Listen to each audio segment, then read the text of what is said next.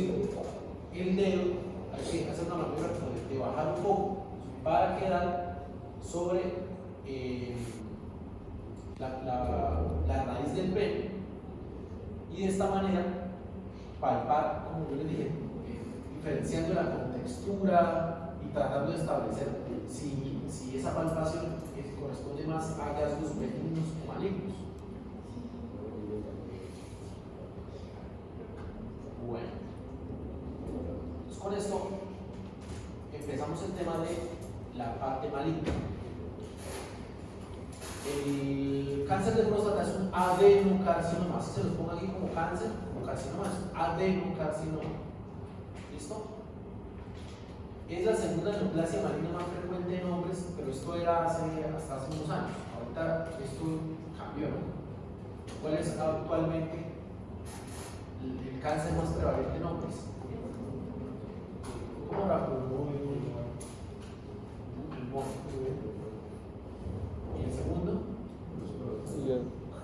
¿Cómo cambió?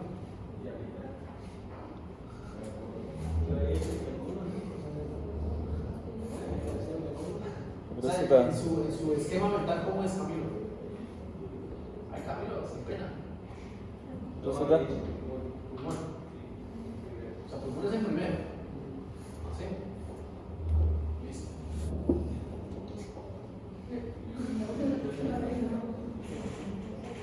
Pero tiene que saber cuáles son los primeros tres. Pero ya no.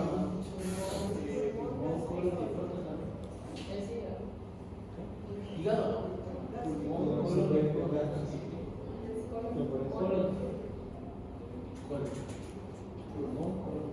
Bueno, en cuanto a la incidencia, o sea, el número de casos, se puede decir que sí hay un aumento importante en la tasa de nuevos casos por cáncer de próstata en el mundo. Voy a mostrarles la estadística de Globocán. Entonces, en general, toda la población general, uno lo que más ve es cáncer de seno. O sea, si tuviéramos a discusión como toda la estadística de cáncer, globalmente podemos decir que el cáncer de seno es el cáncer más frecuente en todo el mundo. Pero yo les decía, el cáncer del pulmón es igual de prevalente tanto en hombres como en mujeres. O sea que el segundo en mujeres para más el pulmón. El cáncer de próstata vendría siendo el que sigue en ese orden. A ver, sí. En cuanto a la incidencia y la mortalidad, vean que el cáncer de próstata no mata tanto. ¿Cuál es el cáncer que más mata? ¿Y el segundo?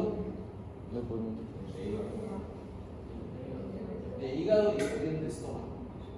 Entonces, una cosa es incidencia, como nuevos casos, y otra cosa es mortalidad.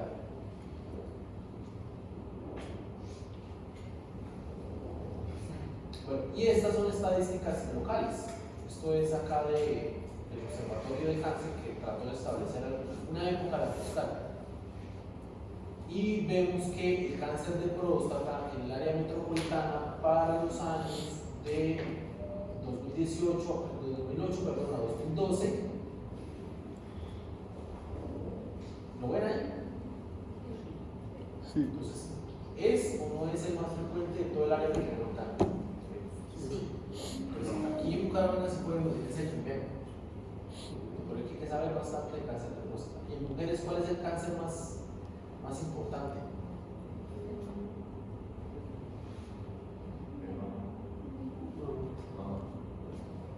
Ajá, cáncer de seno, 1.309 casos en ese periodo de tiempo.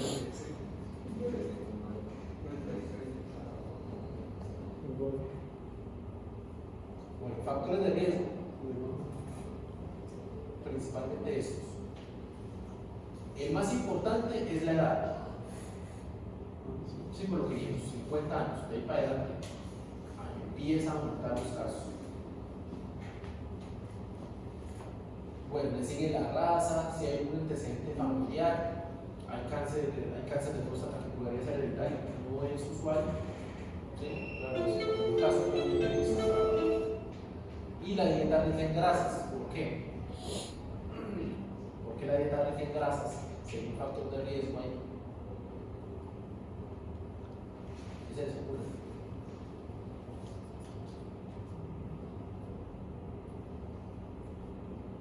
Miren. Porque el colesterol es un precursor de la testosterona. Todos son hormonas esteroideas. Y si yo tengo más sustrato para formar esas hormonas, pues tengo más probabilidad de alimentar esas lesiones premalignas. ¿Listo?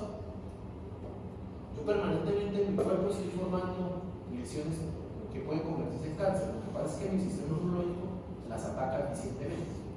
Pero si yo las empiezo a alimentar en vez de contrarrestarlas, pues ahí estamos corriendo peligro. La patogenia del cáncer de próstata tiene que ver con polimorfismos también en la enzima que les hablaba.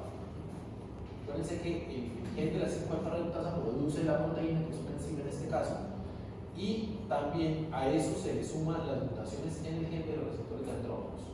O sea, vuelve más ávido el tejido prostático para que la testosterona actúe sobre ellos. Después de una cirugía, por ejemplo, después de hacer una prostatectomía, los pacientes pueden hacer una recidiva del cáncer, por lo que su compañera decía, a veces toca dejar un pedacito de próstata porque no se puede resecar completamente. Es difícil hacer una resección completa de la próstata. Entonces, si en ese pedacito justamente quedó algo de cáncer, vuelve y aparece el tumor, crece, empieza a hacer sus manifestaciones y los pacientes no tienen otra alternativa que hacérseles una castración terapéutica. ¿Sí me entienden por qué, cierto? ¿No? ¿Dónde se produce la testosterona? ¿Qué células?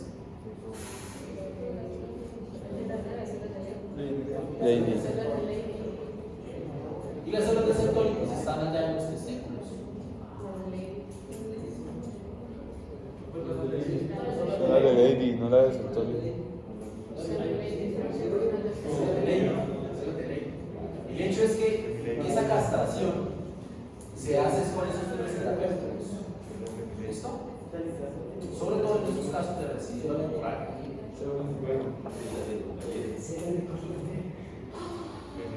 Bueno, otra de las cosas importantes es que, ¿cuál es la localización? Ya dijimos. Vean, en donde estoy poniendo periférica. Vean en donde está. Esto es un corte de la próstata. ¿Sí? Pues esta es la base de la próstata, ¿sí? La que yo palpo allá a través del recto. Y vean que todas las zonas periféricas son las que tienen focos tumorales. Entonces, estas glándulas que están proliferando acá, pues bueno, por el tamaño de la magnificación yo no alcanzo las características atípicas. Pero son esas zonas laterales y sobre todo hacia la región posterior de la glándula las que están principalmente involucradas. Cuando son tumores en la parte más anterior, que pues también hay algo de zona periférica hacia adelante, son tumores en donde va a haber tamaños mucho más grandes y más tasas de recaída de las enfermedades mucho más agresivas. Entonces es más peligroso un cáncer de próstata, sobre todo en esas regiones hacia lateral y anterior. Es más difícil de palpar, es más difícil de diagnosticar por la ubicación. Pero afortunadamente la gran mayoría se producen hacia la base, hacia la parte más posterior, que es donde más volumen glandular hay. Bueno, y los nódulos se ven así se ve un cáncer de próstata. Vean cómo involucra toda esa zona periférica. Aquí veo como dos nódulos coalescentes, están pegando aquí otro nodulito. Esos nódulos blanquecinos en medio de ese estroma como de color beige, café. Bueno, entonces, les decía, cuando les pregunte el diagnóstico, algo van a decir es adenocarcinoma de próstata, no carcinoma. ¿Cómo le dice así? Pues por la jerga, pero acostumbrémonos a manejar correctamente estos términos. Es adenocarcinoma porque es un órgano glandular el que lo está produciendo el proceso neoplásico maligno. En la histopatología hay que descartar la invasión perineural, que es otro factor pronóstico, la formación glomeruloide, que es más que todo un criterio para decir que puede avanzar mucho más rápido en el estadio, o sea, puede pasar de T3 a T4 rápidamente si hace esa formación glomeruloide vista microscópicamente. o si hay micronodulos colágenosos, que realmente eso no es tan importante. Entonces aquí resaltar la invasión perineural. Eso es lo que el paciente se va a quejar, que le duele por eso mismo. Entonces, esta glándula tiene un proceso neoplásico que está in situ todavía, no vemos traspaso de la membrana basal. Vemos que hay una proliferación importante de células con pleomorfismo y figuras mitóticas. ¿Ven las dos mitosis? Una acá y otra acá.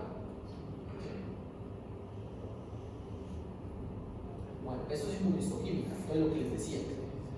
P16 es un marcador para las células basales y cuando yo empiezo que se pierde, entonces ya tengo el proceso in situ, el carcinoma in situ. Vean la diferencia entre el esquema que está aquí en la parte izquierda con el que está en la parte derecha. ¿Ven cómo se perdió la marcación con P16? Entonces, y a pesar de que todavía tengo cuerpos amiláceos ahí, porque otra de las cosas que me ayuda a hacer el diagnóstico es cuando ya tengo una pérdida excesiva de cuerpos amiláceos. Entonces, esa marcación con P16 es muy de un proceso que se va a convertir en una adenocarcinoma de próstata.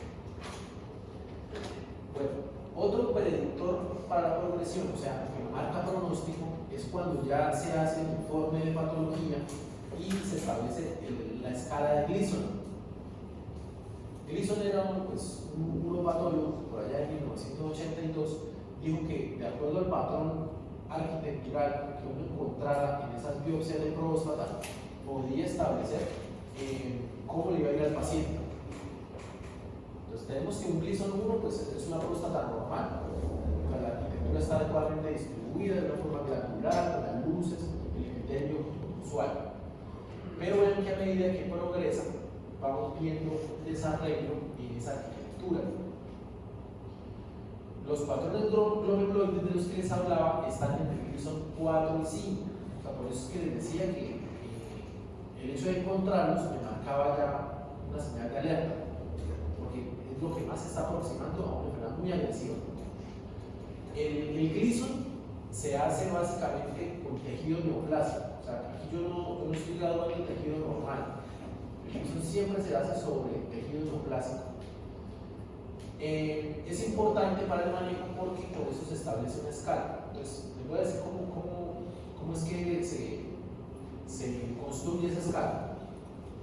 Resulta que la biopsia que se toma se llama biopsia por sextantes, ¿sí? Se toman fragmentos del lóbulo derecho y del lóbulo izquierdo, y de cada uno se establece un Gleason, y esos Gleason se suman. Entonces vean que la escala va de 1 a 5, ¿sí? Pueden ver ahí, de 1 a 5. Entonces si yo en el lóbulo derecho tengo un hallazgo que creo que un Gleason 3, porque tiene esa arquitectura, y en el otro lóbulo tengo un Gleason 4, entonces 3 más 4, 7.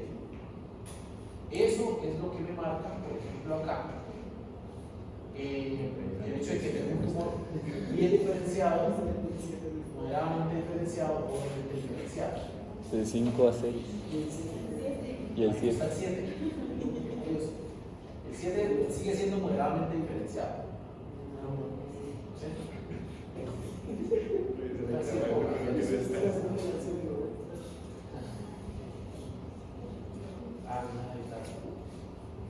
Esta la copié de otro artículo que había por ahí. Entonces, el error no es mío.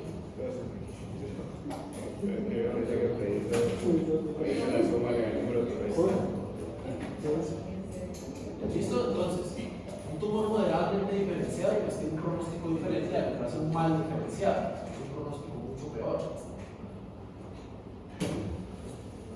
Pero en conclusión, si yo les pregunto por un factor pronóstico en una muestra de cáncer de próstata, ustedes ponen ahí escala de Gleason. ¿Listo? ¿Listo, Luis Alberto? Escala de Gleason. Factor pronóstico. Y el manejo que el urologo le va a dar depende también del Gleason. Entonces, él lo maneja de acuerdo a si es un tumor bien diferenciado, moderadamente diferenciado o obviamente diferenciado. Por eso es que hay que reportarle siempre el Gleason. Para cada uno hay un manejo diferente en urología. La vía de diseminación va a depender si es un estadio temprano de la enfermedad, se ve por la vía linfática y sobre todo involucra ganglios linfáticos obturadores e hipogástricos, o sea, son ganglios pélvicos, todavía estoy en el territorio regional. Pero cuando ya es una enfermedad mucho más avanzada, un estadio T4B o más, la vía de diseminación va a ser hematógena. Y cuando lo hace bien hematógena, los primeros sitios que van a haber metástasis son los huesos de la pelvis y la columna vertebral. ¿Listo? Entonces, un paciente con cáncer de próstata puede llegar en urgencias con un dolor en la espalda. ¿Sí? Un dolor en la espalda. Y eso me da a mí a pensar que pues, hay un compromiso metastásico.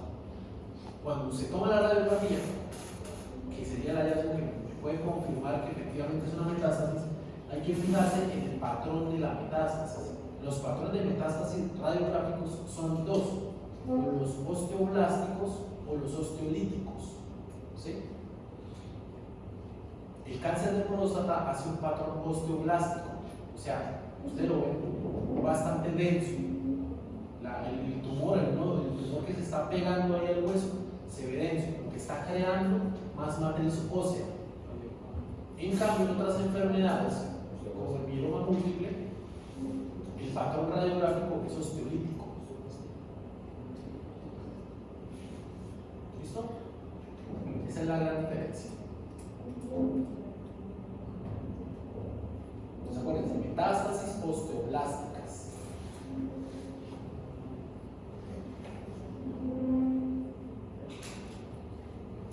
Metástasis osteoblásticas.